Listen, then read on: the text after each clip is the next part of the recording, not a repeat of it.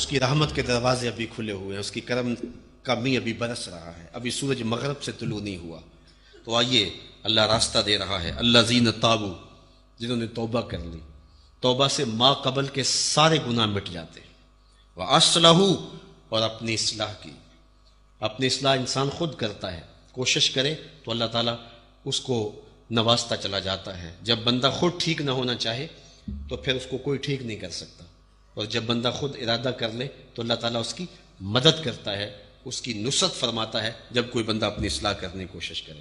وَاعْتَصَمُوا بِاللَّهِ، اور اللہ کے ساتھ متمسک ہو گیا، اللہ کے ساتھ جڑ گیا، اس کے ساتھ تعلق کو مضبوط کر لیا، اس کی رسی کو تھام لیا۔ وَأَخْلَصُوا دِينَهُمْ لِلَّهِ، اور اس کا دین ٹگوں کے لیے نہیں، پیسوں کے لیے نہیں، شہرت کے لیے نہیں، خواہشات نفس کے لیے نہیں، صرف اللہ کے لیے تھا۔ اس نے اپنے خلوص پر بھی پہرا دیا، چونکہ کئی لوگ یہاں آ کے لٹ جاتے ہیں، اس نے اس پر بھی پہرا دیا۔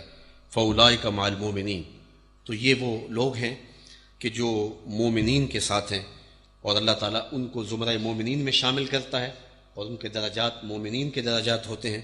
وَسَوْفَ يُؤْتِ اللَّهُ الْمُؤْمِنِينَ أَجْرًا عَظِيمًا، تو اللہ تعالیٰ جل شانہ ان کو اجر عظیم عطا فرمائے گا، اور اپنی رحمتوں اور اپنی کرم نوازیوں اور اپنی خاص عنایات سے اس کو مالا مال فرمائے گا۔ آج میں اور آپ زندگی کی جو بہاریں ہمیں میسر ہیں، ان زندگی کی ان بہاروں کو غنیمت جانتے ہوئے اپنی اخروی زندگی کے لیے کوشاں ہو جائیں۔ اللہ تعالیٰ ارشاد فرماتا ہے، اے ایمان والو، تم سیدھی سیدھی بات کرنے کا مزاج بنا لو، پھر وہ تمہاری اصلاح بھی فرما دے گا اور تمہارے ما قبل کے سارے گناہ بھی معاف فرما دے گا۔ وہ تمہارے لیے بہتریوں کے راستے اور تمہارے اوپر کرم نوازیوں کے راستے کھول دے گا۔ دل کو کشکول بنا کے مالک کی دہلیز پہ لے آئیں اور عرض کریں کہ مالک، ہوتا یہ ہے کہ بعض اوقات بندہ سوچتا بھی ہے کہ میں اپنے آپ کو صحیح کر لوں، لیکن اس قدر شیطان کے تانے بانے ہوتے ہیں کہ انسان اس شیطانی جالوں سے نکل نہیں پاتا۔ تو اس کا کیا طریقہ ہے کہ انسان ان جالوں سے نکل پائے؟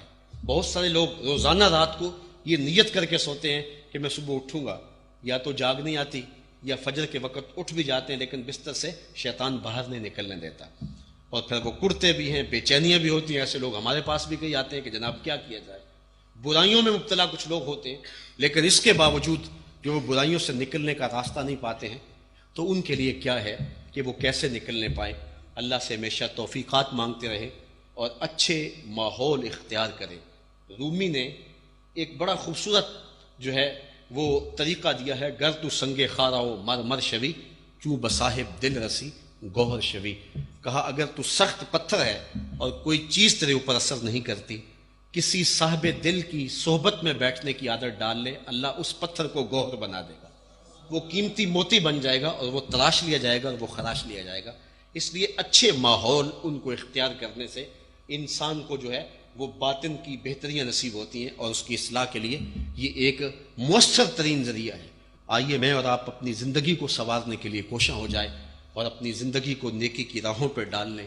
یہ تھوڑی سی زندگی ہے اور تھوڑے سے لمحات حیات ہیں، ان کو اللہ اس کے رسول کی راہوں پہ ڈال لیں۔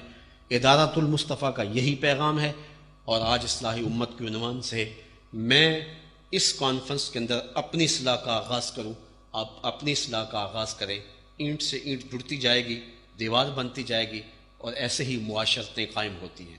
جب اندھیرا پھیل جاتا ہے اور رات اندھیرا ہی اندھیرا ہوتا ہے، تو اس ظلمتوں کو دور کرنے کے لیے آپ نے وہ جانور دیکھا جس کی پیٹھ پہ لالٹین بندی ہوتی ہے، وہ ننھا سا جگنو، وہ کہتا ہے چلو میں زیادہ روشنی تو نہیں کر سکتا، لیکن چلو تھوڑے سے اندھیرے کو تو مٹا سکتا ہوں۔